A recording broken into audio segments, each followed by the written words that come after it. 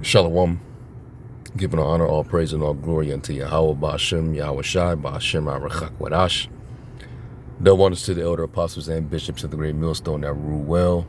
And as always, peace, blessings, and salutations unto the four like tabernacle of David that is scattered abroad across the four winds of the earth. See, this right here is the example of why you don't be around slimy, grimy ass niggas. You know, they're pretty reckless. You know, they have no self-control. You know, there's no wonder why this dude's life, the last almost 10 years or so has been in shambles. I'm talking about Adrien Broner. All right, he was he's a boxer. You know, and earlier in his career, he seemed like he had a promising career. You know, he was he had some skills. He was pretty good, but he allowed the money and the fame to corrupt him, and it unlocked new access to all kinds of women, and living a particular lifestyle, and that's what did him in. But you can also see that it's also in this dude's character.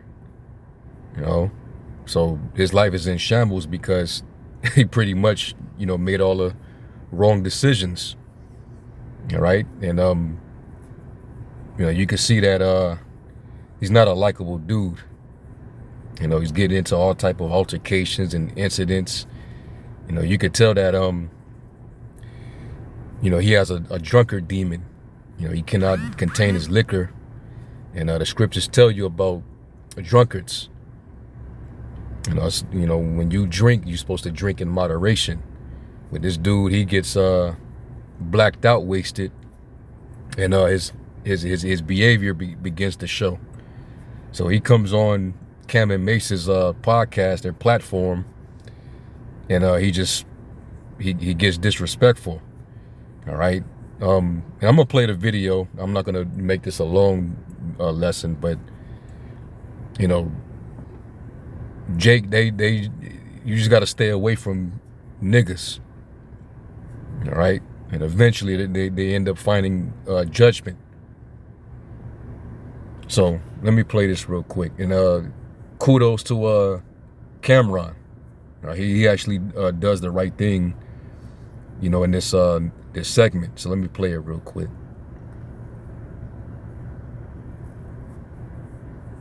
It's like, I think it might be hold up.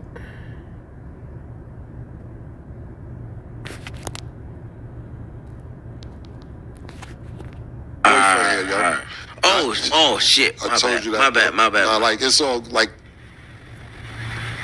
okay, we can move on to football, man. Stat. Oh my god. Just that. Let's do the football. I guess that answered the question about Floyd. When I see you taking off some time, I'm mesmerized by stat. This nigga here, bro. I did not know you looked that good in person. My bad, bro. You're amazing. All right, hey, we gonna have to actually go, man. So, if you watch the whole thing, this was of course clipped, but you watch it. Cameron was being generous by basically asking. He was pretty much asking, hey, that woman that you speaking on, that she has somebody, she's with someone. Basically, she has a man. All right, and they tried to be professional about it. So he heard him the first time. Then he did it again. Cam, they kind of, chuckled a little bit, but he's still telling him, hey, man, chill out. Then he tried to proceed, with the interview, and this nigga, he keep on interrupting him by speaking on that the woman that was there. I guess she must be a co-host or whatnot. But Cameron already told him to chill out. I know her dude. All right, chill out. That's another man's woman, and he couldn't help himself. So Cameron, he had to pretty much, let him know what it was, and he couldn't let him slide anymore. You got to get up out of here. So let me finish it. He basically kicks this dude out, which I would have done that too. Get the hell up out of here, man. This is straight up recklessness. And Cameron, he was standing up on principle. It was disrespectful. Let me finish this. I have to ask you to go, man. I'm gonna pay you for your time, for being here. I appreciate you. I love you, my nigga. I'm not doing it again. Yeah, no. I can't. I asked you the first time. I don't have no problems with you, but I'm gonna pay you for your time. But you can't violate, bro. I told you that. I'm not, though. I'm not. Nah, I told you niggas boyfriends are here. You know me with my brother. Oh, shit, my bad, bro. My bad. Nah. But I appreciate your time. It's me. Nah, I mean, well, if you want to wait for us outside, you could. But I'm not going to sit here and not value your time, neither.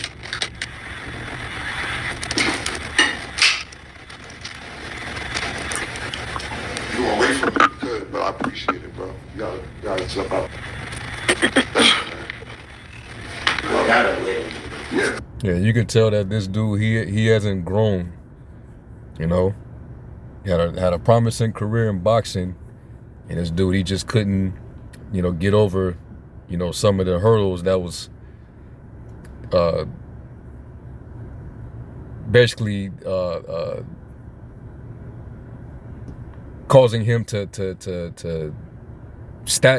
stay stagnant in his career. He couldn't get over these issues that was affecting him. And this dude has he went in a downward trajectory.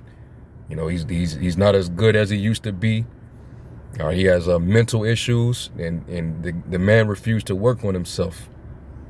So this is a bad look, man. And the scriptures tell you that in the last days you're gonna have this kind of behavior.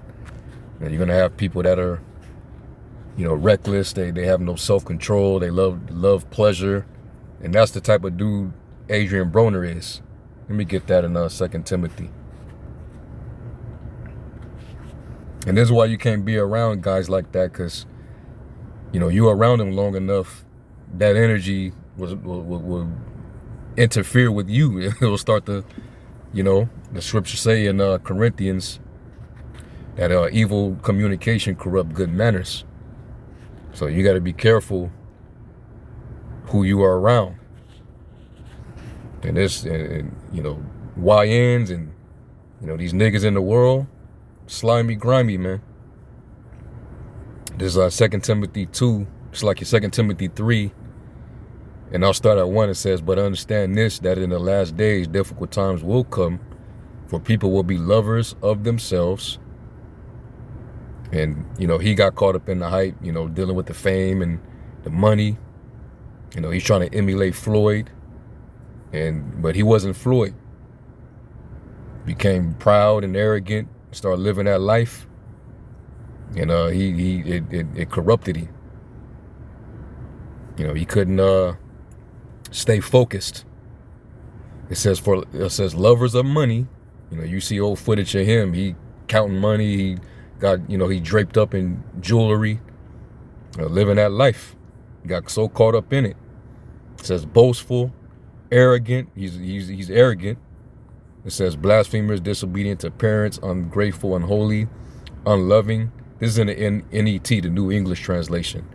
It says irreconcilable, slanderous, without self-control. And that's what he was demonstrating in that interview.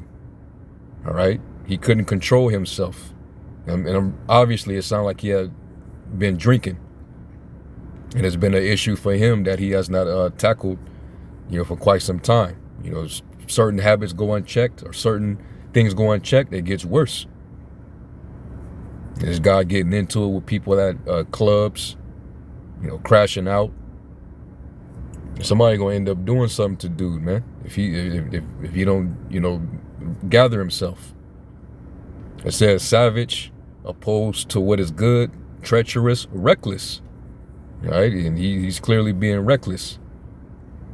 And it's dangerous territory when you keep, trying to try another woman that belongs to another man.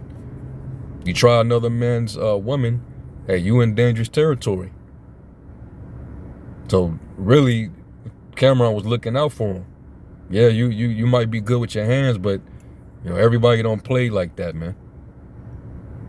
You know, he might know who you are and know that you might be able to get him in a fight. And he ain't gonna try to fight you. He gonna go the extra with it. All right, you're not gonna be able to do a pull counter left hook to a bullet. Some piercing spinning lead. All right. It says conceited, loving pleasure rather than loving the Most High. All right. So yeah, man, that's obviously a issue that you see in these latter days upon the world, especially these grimy, slimy YNs, or just niggas in general, man, because they don't have any manners. They you know, corrupted by this world. So yeah, and let me get a scripture here in the Apocrypha that we know. Because even if you see a beautiful woman, hey, you know, still have self-control. Because if that woman belongs to somebody, you going off. Sirach 9.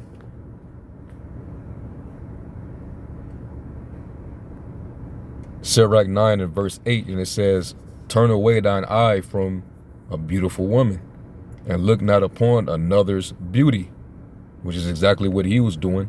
For many have been deceived by the beauty of a woman, for herewith love is kindled as a fire.